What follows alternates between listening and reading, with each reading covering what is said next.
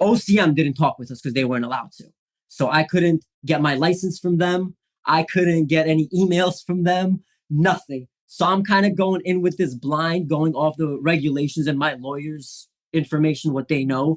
And we're just doing it. We're paying all these people. We're spending hundreds of thousands of dollars without knowing really what's going to happen, which was the scariest part.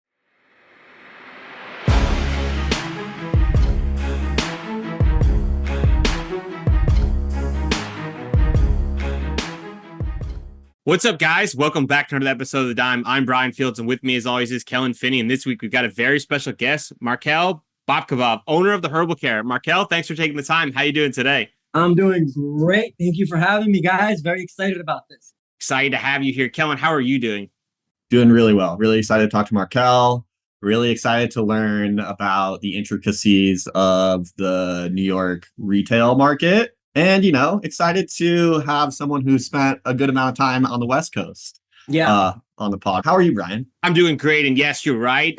His West Coast experience has probably been very helpful in leading him to the East Coast, where I think the focus of today's conversation is going to be about New York, the licensing market, surprises, non-surprises, challenges, obstacles, and all the fun in between. And I think the most exciting part is that we've got individuals like himself today here to kind of open the floodgates as the market continues to slowly but surely open up for the rest. So, Markel, for our listeners that aren't familiar about you, can you give me a little background about yourself and how you got into the cannabis space? Of course.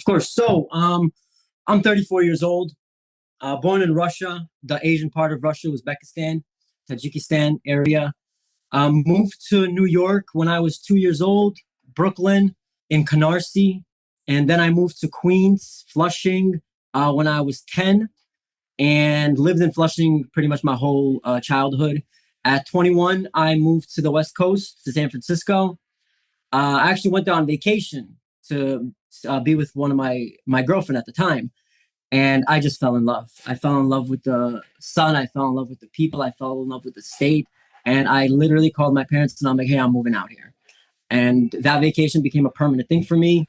Then I ended up moving to San Diego, then eventually landed in LA 10 years ago and been living in LA for the last 10 years. I was in the cannabis space for a few years in the early days of processing, like when people were still blowing up their garages when they were trying to make BHO wax. So like about 7-8 years ago, I had a lab. We in the legacy market, we were processing concentrates, vapes, and we sold probably to 70-80 dispensaries in LA and maybe like another 25-30 in Vegas. We eventually sold the company, and since then I've opened throughout my time I've had a lot of experience in business. I own 2 dry cleaners, one on the Upper East Side, one in LA, a construction company, and a consulting company. And about a year and a half, I tell everybody this story. About a year and a half ago, in about last March, for years, I've always been doing research when states become legal or I know the licensing period is going to open up for dispensaries. I always apply. I've applied in so many states. I've been denied so many times because I'm not a big MSO. And last March, I was doing research. I got a newsletter from the California Office of Cannabis, their version. And they're like, hey, new round of licensing is opening up. And I clicked it, see if I can apply, if I meet the requirements. Quickly found out I don't. Quickly. And then throughout my research that day, I was at my dry cleaners in Sherman Oaks in Los Angeles. I stumbled upon an article that was talking about the rollout for card. So I read the requirements and I'm like, holy crap. Can I curse on here? Yeah. Holy shit. I can do this. Like, this fits me perfectly. I hit all the requirements. So I got on the phone with a couple lawyers, made sure that what I read was right. They confirmed it, started getting all of my ducks in a row, like all the paperwork I needed. Even before the application started, I had everything I needed for OCM to give me a license like a month after I found out about this. I went to the courthouse, got my dispositions from my arrest. I got my taxes, my paperwork, where I lived in New York at the time, bills from 20 years ago. And the application period opened. I thought it was a long shot. I didn't think I was going to get it. And now we're here. So that's my background in cannabis. I appreciate that. We're going to dive into all those specifics and some of those New York related cannabis challenges. But my first question would be, with your experience from entrepreneurship, you're successful in other businesses, why navigate into cannabis with all of the restrictions, the challenges, the regulations? Why cannabis? I'll tell you why. 2 reasons why. One reason, this is every business I've ever opened, dry cleaners, construction, consulting. 4 of them are still currently operating for over 10 years. So, you know, they do well. I've never been in an industry like this. Like, I'm not opening up a business. I'm opening up a brand. You know, I'm opening up a company that I want everyone in Manhattan to know about, everyone in New York to know about. You know, my space, I want it to be like, I'm already working on other licensing so I can open up the same store somewhere else. You know, it's just been, it's been something else, you know, just this whole process. And I know that cannabis in New York, it's a wreck with all these illicit shops. That's my point too. All these illicit shops are selling all this garbage, underpriced or overpriced garbage in their stores to kids, to just anybody who's going to give them $50, you know? And I think there needs to be more owners like me to get into the cannabis space and open up as fast as possible to get these guys out of our spaces. You know, we need to control the New York market, not the illicit shops. And right now, the illicit shops control the New York market. So give our listeners a little insight look into kind of the location where you're going to be opening up shop, and then take us through the process of the challenge of finding a location, and then, you know, the process of kind of working with landlords for the financial limitations, and then would kind of expand some of the other fun challenges like the injunction process. Yeah. Of course. So grueling process. I mean, grueling. So first of all, my store, we're the first store to open up on the Upper East Side of Manhattan, which is very refreshing to a lot of people because they're all opening on the Lower East Side. So having the first store to open up here, I've been getting a lot of support from the community. They're very excited about it. We're a very high-end looking store. We're giving the Upper East Side an Upper East Side store. You know, like, we're in a very expensive part of town. We don't want to just open up a store. We want to open up an experience for people. I think we did the job with that. Hopefully one day you guys can stop by. But I really think we hit it on the nose with the experience. So we're on the Upper East Side. So I got licensed back in April, one of the first rounds. And so hard, so grueling. I have 4 other rents, like office spaces that I'm renting in New York and LA. I've never had so much trouble finding a location. I had no buying power. Any landlord that I talked to, there was no negotiating power. None at all. I want 25,000, take it or leave it. And I put in maybe 50, 60 offers all the way from Times Square to the Upper East Side. And I accepted everybody's offers. I'm like, okay, whatever. 10-year lease, 6-month deposit, 25,000 a month, done. And they still come back to me with a higher rent, a higher deposit. Everybody, every single one. When they find out it's for cannabis, they add this like 25% cannabis tax. That blows me away. And when you're a little guy like me and you don't have DASNY funding or like these big MSOs that's giving you all this money and you're funding the whole operation yourself, it's like these things matter. You know, that extra 100,000 you're spending on a down payment, that's your budget for your build out or for your inventory, you know? And it's like these landlords, they're letting all these smoke shops open up and sell product and giving them retardedly dumb low rents. And I'm coming in here trying to do something right, legal for the community. And literally they're all just ripping me a new one. It's like a 1,500 square foot space on 23rd between 5th and 6th. They wanted 18,000. By the time we finished negotiations and I already approved the 18,000, they came back to me 5 other times. We ended at 33,000. So I gotta ask, because as an entrepreneur, you've got multiple successful businesses, and I'm just gonna make some assumptions that your aspect in negotiating these would be as standard as if every other business would be, that you would come in, and then once you recognize that we're playing kind of loose and fast with your cannabis tax, you probably like, okay, I'll accommodate some of these obstacles and negotiating power I don't have. And was there a moment where you recognized this is like not a standard process, and what is going on here is unfair? Because for someone like yourself who is experienced, who has achieved success in outside industries, some other people who are coming into the space might not have that ability. It might just be coming completely bulldozed. Is this something that kind of caught you by surprise? Yeah, absolutely. Because listen, I'm used to, looking at a space, finding it, and going about a month with the landlord or the brokers with negotiating back in terms of the lease and all of that. I had none of that with this. It's either you take what we have at the price we want or don't take our store at all. It's literally, if you want to be a dispensary here, this is what it takes. And we wanted to be one of the first ones to open up.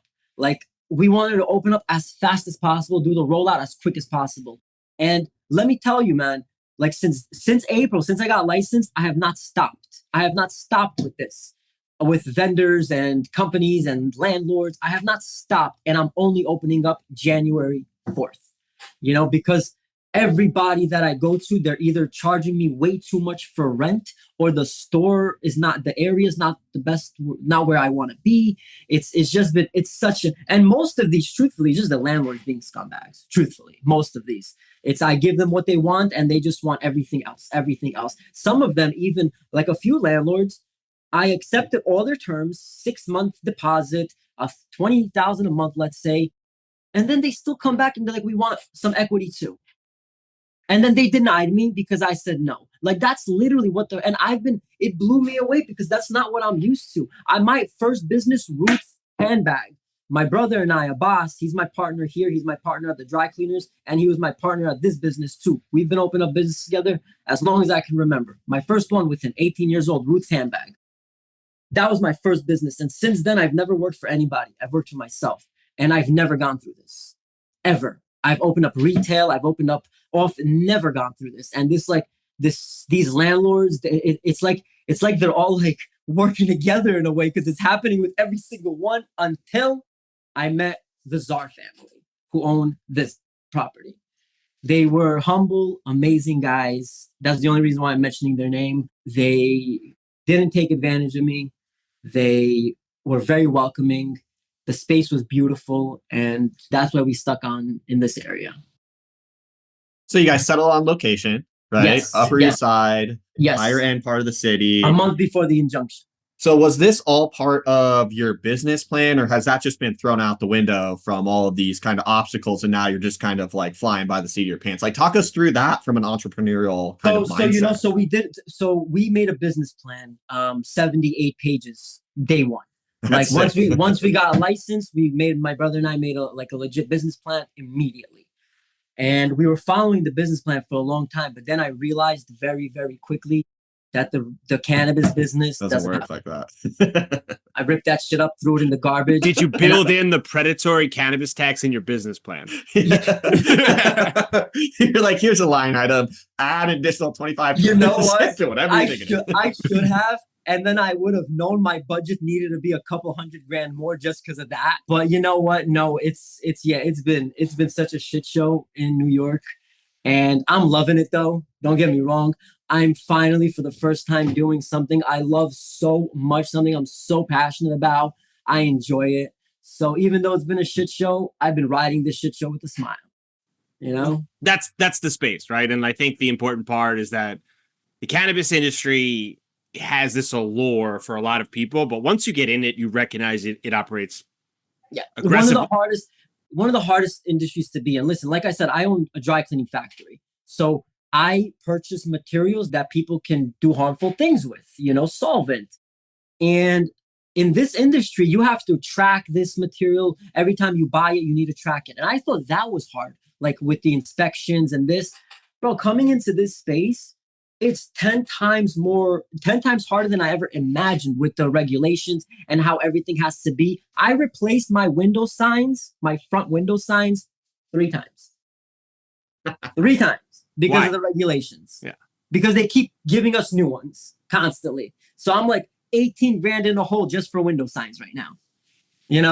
But yeah, no, it's a hard space to get into, guys. It's a very, very hard space. If you want to be in the cannabis space, I mean, you need so much patience, so much time, a really good team behind you, like a good media team, marketing team, PR team. And truthfully, but it's all going to be worth it, you know. So selling- I want to stay on the story though. So Yes. you finally lock in the location. You're probably ecstatic. You can lock in some of those line items on that business plan that probably needs to be refreshed.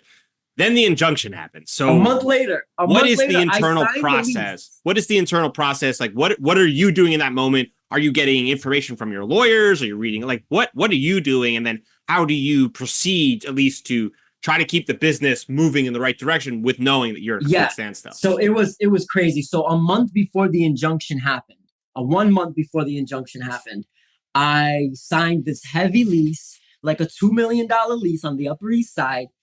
And a month later, we find out about the injunction. I found out about it. OCM calls me. I'm in LA. At this point, I was still going back and forth. I permanently moved back to New York in September. I was in LA, in LAX, just got out of the shuttle bus to get into LAX airport, coming to New York. OCM calls me. They're like, hey, we need one last thing from you for licensing. I'm like, yeah, I'm going to get it to you tomorrow. The next day, I find out about the injunction. And everything shut down. The whole city cannabis industry shut down overnight. I called my lawyers. I called my whole team. I'm like, hey, what do we do? Like, can we still continue? Should we continue? We just got the space. We already started the build out. Like two weeks prior to that, we just started the build out already. We've paid vendors a lot of deposits because we need them to start the build out. And we decided to probably make a very dumb business move, which really paid off. We never stopped anything. It was business as usual. We continued to build out. OCM didn't talk with us because they weren't allowed to. So I couldn't get my license from them. I couldn't get any emails from them, nothing. So I'm kind of going in with this blind, going off the regulations and my lawyers' information, what they know. And we're just doing it. We're paying all these people. We're spending hundreds of thousands of dollars without knowing really what's going to happen, which was the scariest part, you know, like one of my dry cleaners in LA, I sold to invest into this business. I moved me, my kids out to New York for this, you know, like I put a lot into it just on personal side. So when all of this happened, it's like, I felt like I was, you know, I tell people this a lot. I felt like I was in Willy Wonka in the chocolate factory and I just got the golden ticket to my golden ticket getting taken away from me and not ever getting it back. Like that's how I felt. But we never stopped. Like I said, we continued on, we kept the build out going. And the injunction process, I mean, we were in the courthouses all the time. You know, we were there supporting the cannabis market in New York. It was just one bad thing after the other. You know, the judge constantly just going against OCM, pro veterans. It was just such a shit show. So we were like, my brother and I were starting to think like, yo, we should just pull the plug now before we have everything invested in this. I'm so glad we did it because about 2 weeks later, I find out that I made the short list and that I'm one of the few shops that can open during the injunction. Thank God. So we then kind of put the acceleration on everything and telling everybody, hey, we need this by this day. We need this by this day. We need this by this day. And thankfully, like everything's coming together, you know. But yeah, the injunction, man, it was so many emotions, high and low, you know, thinking I'm going to be here, thinking I'm going to do this in a few weeks or in a few months, to just all the way to the bottom. Like, what the hell did I just do? What are all these decisions that I just made, selling this business, moving across the country for this? And like this, all things about to blow up in my face. So it was definitely, there was a lot of emotions throughout that process. So I want to go back to you and your brother are having a conversation. Maybe we pull the plug. Like, so you're doing scenario planning if you don't make the short list or if the injunction goes on permanently. Like, A, how was that conversation from an emotional standpoint after you guys made this investment? And B, what were some of were you thinking about just like dumping the property? Like, could you get out of the lease? Like, what were some of those scenarios? Yeah. So we called our landlord. We told him the situation. We're like, listen, man, not our fault. We signed with you. A month later, the court put a stop on everything. I told him this is pretty much like as close as you can get to a national emergency for the weed industry in New York as you can get. Like, really, you know, like we just got COVID in the New York industry, in the cannabis space. That's what it felt like to me. And I'm like we need a way out of the lease. If the shit hits the fan and we don't get our license. Luckily, we were able to get out It's set in the lease that if we do not get our final license, we can back out. But the problem is they keep our deposit. And the deposit is well over six figures. Like it's a lot of money. So we would have lost that. So that's where I was coming from to that mindset. Like, okay, so I'm gonna lose almost $250,000 in a deposit if I stop this whole thing right now and just pull the plug. And I'm gonna lose another couple hundred, like another 150 grand to designers, media, and millwork contractors, because I gave a bunch of people deposits that month, a bunch of people just to start. So we kind of like, like what do we do? So we're gonna lose this much for sure, at least like 400 grand out the door, no matter what. Or we just keep going, put another couple hundred in, and we finish it. So we would have lost more pulling the plug, truthfully, as opposed to like, all right, we're so heavily invested at this point. It makes no sense. And stopping makes no sense either, because what if the injunction, gets lifted tomorrow? Like we need to open. So my brother and I, we weighed everything. We put all the numbers together, and we made a logical conclusion that we've already put way too much sweat equity into this, that if we pull out now, we're going to regret it. 100% we're going to regret it. Give you a ton of credit, because I think that is a really hard decision, because like, as you were describing, you were pot committed, and financially you were going to proceed it through the long haul without knowing how long that injunction process would take. And the good part for you is that thankfully New York is a very cheap location, and things are very low cost, and things are not overly top expensive. The cheapest. Yeah. So an injunction like this just doesn't cripple small businesses like yourself. They just kind of like just cut the check and hope for the best. But I guess the hard part then is that like you're like waiting on all of these updates, praying to God that these things can be removed and released so that you can move forward. And you're not the only one experiencing this, right? There are many others in New York that have their entire livelihoods positioned in an asset that is literally frozen. Yeah. Because real quick, I'm a part of the CAURD Coalition, which I think is rebranded as the New York Retail Association or something. So all the CAURD people who got CAURD are in this CAURD app.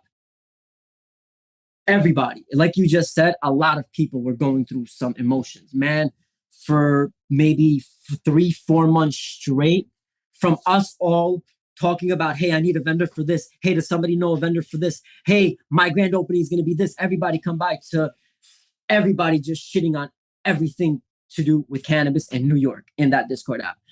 Everybody was upset. Everybody thought they're about to lose everything. And all these emotions are flying all in one space with all of us. So we're all kind of negging each other out. You know what I mean? Like nobody wants to do anything until they know what's going on with the injunction. So like we're getting all this negative energy from all the other owners, because we communicate with each other a lot, us and the other owners. And like there was so much negative energy throughout the injunction where nobody just wanted to do anything. They're like, until we know what's going on, we can't continue. And like even a few people kind of like told us like, why, what are you guys doing? Like, why are you still putting money into it? Like it makes no sense. Like you're not allowed to open, but continue, go ahead. And at the same part, the illicit market is thriving, because here you are in complete hold, trying to do everything you're supposed to do. You've got all this money sunk into it, and they are just thriving. So take us through your position right now. Like, do you have any illegal dispensaries around you? Take us through what that looks like so that somebody in New York who's walking by, let's say your shop versus another, can tell the difference so that they can make the right choice. Yes. So, very simple. There are a few illicit shops next to me. Unfortunately, there's one right across the street, and there's another one a couple blocks down that way. So you'll know very quickly what an illicit shop looks like and what my shop looks like. The illicit shops are the ones that are heavy on the green marketing with the weed leaves everywhere and promoting, hey, we sell weed this, we sell weed that. With our dispensary, we don't do that just because of kids. We don't want kids that are 10, 11, 12, 8, 9 seeing all of this abrupt marketing strategy for everyone to see. So we don't do that, and which is really important. We don't want the community getting mad at us. Like, hey, why do you have so many weed leaves out in public for everyone to see? And when you go inside a smoke shop, it's literally just another hole in the wall. I'm sorry to say, product on top of everything one another. It's hundreds of SKUs everywhere, ugly, messy. The guy next door, for instance, has a couple jars, like 6 different flavors of flour. I think like 3, 4 different flavors of vapes. One of the vapes that he has actually came to us too to see, because they're a legal company from LA. They want to see if we can carry them. They're licensed in New York. We denied them just because they're selling to the illicit shops. So if you're a vendor and you're selling to the illicit shops, there's no room in our store for you. So just to clarify for our listeners, the shop that looks like it's a weed shop based on their promotion is illegal, and the shop that is discreet and doesn't look like a weed shop is a legal one. Exactly that. Yes. Regulations. Again, regulations. For walking outside on the smoke shop, from outside, you can look in and see all the weed products. Our store, you will not see any products inside because we don't want little kids or just people who don't want to look at this be able to see it. So everything is blocked out. But again, regulations, we do it for a reason, and that's how we have to do it, and we're okay with it. But and this person, like for instance, like the guy next to me, and it's like none of his products are lab tested. His flour isn't prepackaged. Like who knows where he's getting it from? Like who knows, pesticides. Like there's so much problems that can happen with the grow, where if you don't test every single product, I wouldn't even touch it, truthfully. And there's very big difference. You're gonna come to my store. It's very elegant. There's not everything on top of one another. There's a few products in every display. It's your eyes don't wander everywhere.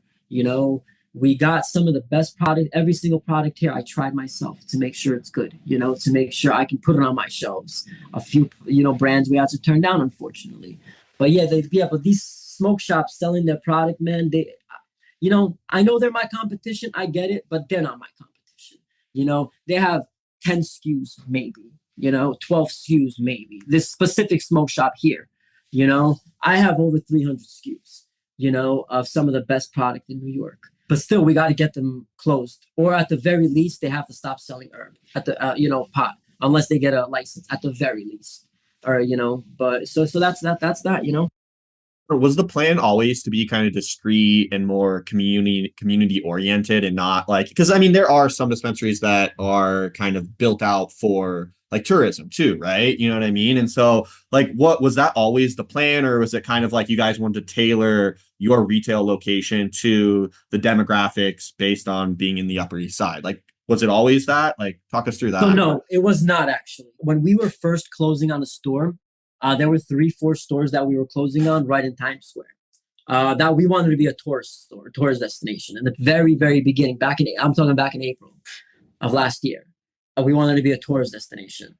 So we were closing on a lot of those stores. But keep in mind, at this point, all the information that was given to us by the OCM wasn't accurate either. We were told we were going to get this fund to give us money on a loan with low interest, and we'll have these like stores that they can build out for us. So I'm like over there trying to get the best store in the best area, right? Thinking that's what's going to happen. Quickly found out that's not a fact at all. Santa's not real. And Dasney's a bigger shit show than the city, but I still have to give it to the city. OCM's still doing a great job. I love them. I love everybody at OCM. But yeah, no, Dasney, yeah, they're terrible at what they're doing. So my brother and I had that talk like, hey, are we doing it through the Dasney fund, or are we going to be self-funded, or are we going to just go big and just start collecting money from everybody and just get shareholders? We thought Dasney was our option before we found out what Dasney was, like the terms, the stuff that was in the contract, the buyout options. Like it was all terrible stuff. Like no businessman should ever be signing anything like that. So we X'd that out real quick. We didn't want to be one of those companies that had a whole bunch of people behind us and now our voice doesn't count, So we X'd that out too. And we just decided to do it ourselves. And between me and my brother, then we had to rethink everything, like where we're going to open now, because Times Square is no longer an option for a small family owned business, So we have a dry cleaners on the Upper East Side. We've been here for 10 years already. We know the community so well. We love the Upper East Side. So we figured, what better than to be a community shop for the Upper East Side. where we're not just a dispensary, we're an art gallery too. We procured art from Paris, Switzerland. A lot of New York artists are being featured in our dispensary that we're going to be selling their art. And some of the most expensive and most exquisite piped pieces that you'll ever see in your life are going to be displayed in my store. We got the artists giving it to us. Also, we're going to be selling them. I don't think they're going to sell because a lot of these pieces are $20,000, $15,000 pieces. So again, the I have smoke, faith. I think you'll sell some. yeah, maybe some, maybe 3 a year. Yeah, I like that. I like that. So we're, like I said, man, it's all about the experience, and the experience that I want to provide. I think the Upper East Side deserves, and the Upper East Side will appreciate. Is the whole process intentional to understand the demographics and then to position assets Yes. around them so that they feel like they're Yes. walking into a store as if Absolutely. anything else within their local community, right? Because exactly like you're saying, you're trying to adhere to the community and area there. And if you kind of stand out and act differently, it kind of rubs people the wrong way. By integrating naturally inside, you can educate people and people can experience things, and you can Yeah. kind of change that stigma that so many people likely have when they walk in for potentially the first time. Yeah, absolutely. And you know what? That's exactly right. So when people do walk in for the first time, talk us through like your expected customer journey. So okay, when people are going to walk into my store, I know for a fact there's going to be a wow on everybody's face. Everybody's going to love what they're going to see. The process to get a product in and out of my store is so seamless, so easy. If you already know what you want, you walk into my store. You can go on the self-ordering station. You order it. You go to the butt tender. The butt tender is already going to have it ready for you. Within 3 minutes, you're out of the store. If you don't know, if you're a new user, you don't know what you want yet, I'm going to have butt tenders walking around with our menu in their hands. And, if you want vapes, they'll take you to the vape section, flower section. While people are waiting, we have benches so they can sit down, enjoy the art that we have all over the walls. They can walk around, look at all the expensive glass that we have. Every month, 2-3 times a month, we're going to be having events. Like we're going to have one this month with AJ Sour Diesel, where the creator of Sour Diesel is going to come and he's going to be our guest butt tender, which is going to be great. He has a big following. We have another event where one of our local artists that we present his stuff, he's going to do his print release for his new work at our location. So we're doing a bunch of events with a bunch of local businesses, which I think this community will appreciate. I don't think when we did our market research about like what the Upper East Side needs, what the Upper East Side's looking for, the demographic, the age range, who lives there, the type of people that live there, and once we decided like this is what we're going to put together, art and weed, I just thought this is it. It spoke Upper East Side, it makes sense to be here. People here will appreciate what we're putting out there. So let's fast forward. You've gone through a tremendous journey all the way from April to now. We're right on the edge, about to open, and when this gets released, you'll have been live for a few weeks now. Take us through your feelings today, January 2nd, before you open, just given the feelings that you've fully felt over the last 6 months of being, hey, we're about to be SOL'd.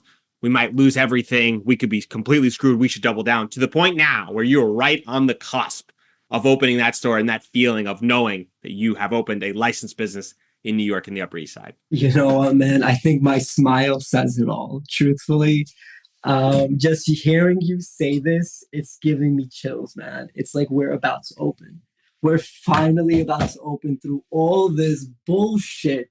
We're finally there.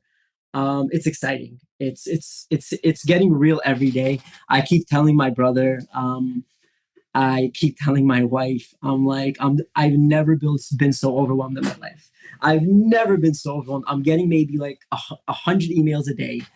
I have 2 phones and they're both ringing off the hook all day. What is it like? What are people calling? Is it vendors? Is it customers?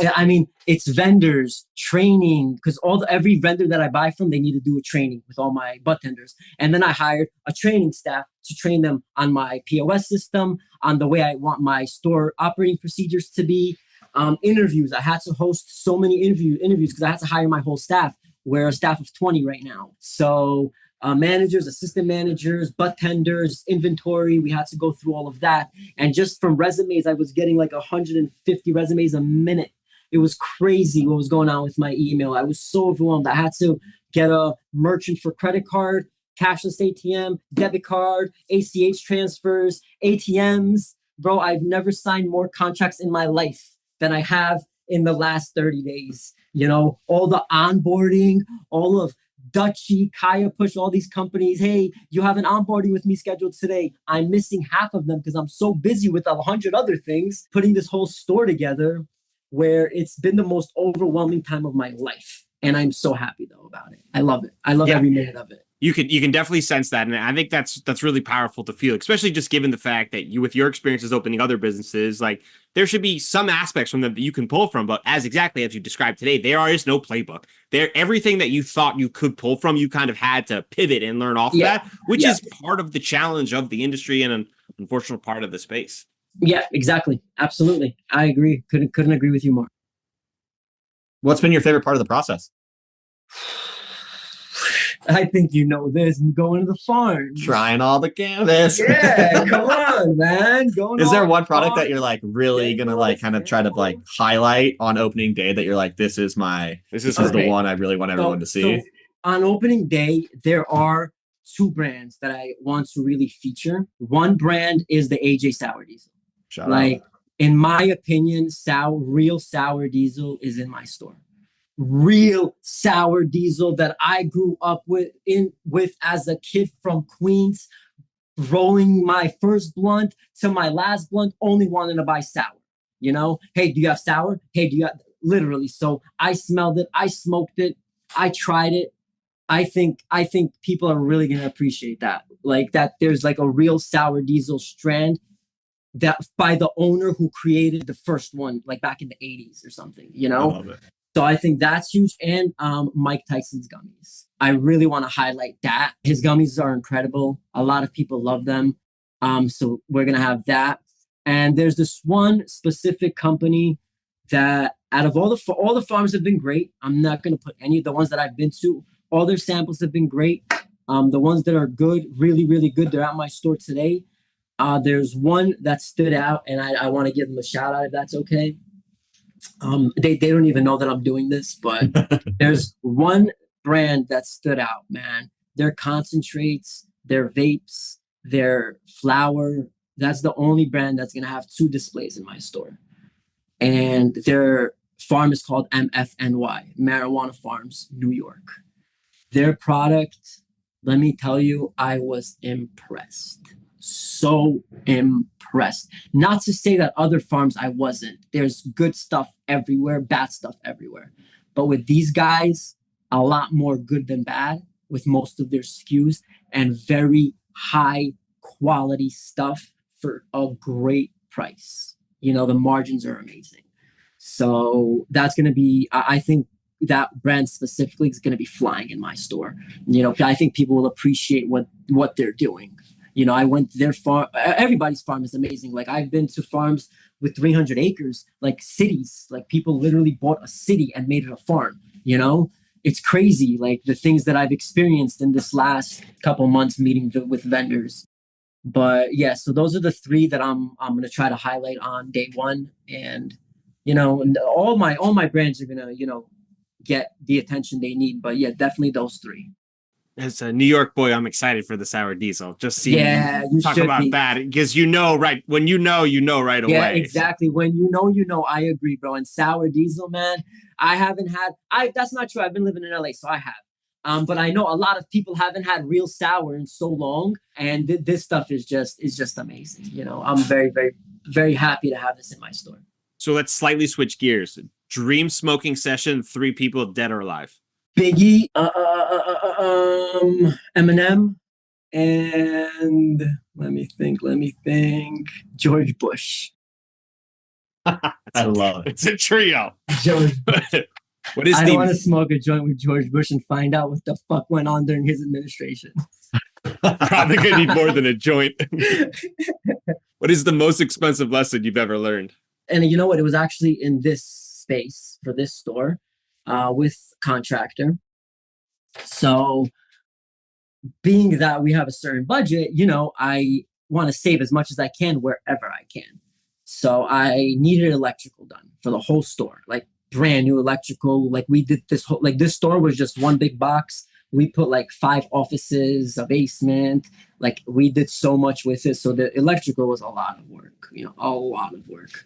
So I went to a few companies and they were giving me these crazy prices, crazy prices, like almost in the 6 figures, almost. And then I met these two guys, and they're like, "Yo, you can pay me by the day." And I said, "You know what? That sounds good, guys." What these guys pulled on me, man, it was ridiculous. I lost so much money because of them. I lost just because of these two guys. I spent like 40, 35, maybe $40,000 more on labor just because of them. They were bringing like a whole crew and they were like doing like 5 things a day and like looking busy, but not really busy. And my cameras aren't up yet. And I'm still traveling back and forth in LA. My brother still has the dry cleaners. So like I was going heavy on trust and I shouldn't have done that. And I ended up paying like 7 guys a day, 5 days a week for like a month and a half of work, 2 months of work almost. And it went way over than it should have, and I lost. I paid what though I should have paid those professionals, and like an extra 30 grand, you know, and that yeah that the reason that was one of the most painful ones because that's what you asked me is because we're on such a tight budget that 30,000 lost for went to the air could have went somewhere so good like whether it's marketing or media or mill work or you know anything payroll where we literally just blew it in the air and it was and you know it just goes to show you try to save $1 by taking the easier route the cheaper route it's Nothing always over a always dollar the to wrong. pick up a dime. Yeah, fact. So I think that covers that. If you could put anything on a billboard, metaphorically speaking, to get a message to billions of people, could be an image, a quote, a word, or something that inspired you, what's the first thing that comes to mind? Legal weed. What question do you wish more people asked you? I think more people should be open to getting product knowledge because you know what I've been a marijuana connoisseur for better part of my whole life, my whole adult life, my whole childhood life. 14 years old, I started smoking. And since then, almost an eighth a day up until like the last couple of years, I went down a lot just because I smoke a vape now. But I thought, you know, I know so much about cannabis, but now I went into this space just about the plants and the extraction process and just the way they make this, the way they make that. Like there's so much more to learn. And I think no matter who you are as a person, how many years you smoked, I think you should come inside and ask questions about the products because there are so many products. You know, you buy this one just because the packaging is nice. You might not like it, and then you don't like the store. You know, just go ask questions for product knowledge, and I promise you'll find something you're gonna love. Love it. All right, prediction time. Markel, what is the number one thing you would do to improve the licensing process so others don't face a similar path in the future? You know what? I would probably hire more people in the OCM and maybe tell them to hire more people to talk with us, like the licensees, because I feel like that's been one big problem with me and a lot of other card holders is lack of communication via OCM, and it's not their fault. They're so busy. They have a rollout of all these dispensaries to do. They have all these people on their shoulders. They're stressed out themselves. You know what I mean? I get it. But lack of communication was really a big issue. Like, I mean, you know, there was a lot of things that a lot of us needed to know that it was very hard to get a hold of them. So I think they would give them a lot more staff and deal with the dispensary owners and the growers a lot more with communication. Kellen. You know, I think that New York kind of maybe caught a hint of like perfectionism when they tried to like roll out their market, right? And you see this a lot. Like people want to do something so perfect that they have a hard time like putting their first draft out. And no matter what, your first draft is going to have errors and you're going to have to come back and fix it, all these things, right? So I think that a potential solution could be, instead of spending so much time on screening the applicants and having them check all of these boxes to open a retail location, that should be more similar to like opening a liquor store, right? In terms of the hoops that you have to jump through. Facts. And then they can Facts. reallocate resources for more people with sticks, Yeah, right? yeah, For enforcement. And I think this also could help with regulating the illicit market as well. Absolutely You know what I mean? right. Absolutely right. And that You could know what? balance the whole entire process. The first rollout was for justice involved. The second rollout for the licenses is a lottery. So I agree with that. I agree wholeheartedly with that. Yeah, and you know what? I'll be honest with you. Not even that many people apply for these licenses, which blew my mind. Like, if you guys get a list of actually all the applicants for card, it's not that many, not at all. Same with the applicants for the general license.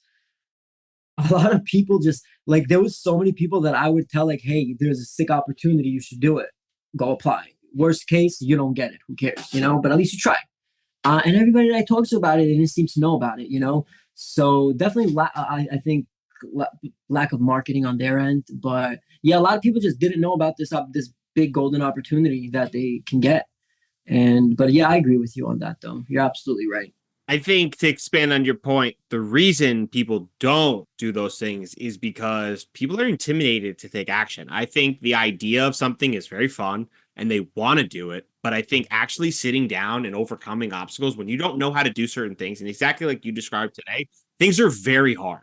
No one knows the answer. You have to go seek everything out. You have to go figure things out. You have to put yourself in uncomfortable situations on a regular basis and have the ability to bring it that next day, right? To be able to show up tomorrow and be like, yesterday sucked, but today I'm going to do it. And I think that's the part that we continue to find, that people say certain things and don't do those things. And I commend you for sticking through it and doubling down when things are tough, because I think with your mindset and your skills that I think you'll really benefit the community. And I think it's the type of person that when OCM was trying to envision this market becoming successful, I think you're going to thrive. And I think it's really exciting to see, what you uncover and what the future holds for you here in New York. Thank you. That means a lot, man. Thank you so much. Thank you.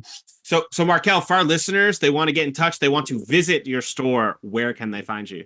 Please, 1412 Lexington Avenue, New York, 10158, Upper East Side on Lexington, between 92nd, 93rd Avenue. All right, we're that big store, right in the middle of the block. You can't miss us. It says the Herbal Care. We'll link it all up in the show notes. Thanks for taking the time. This was fun. Thank you.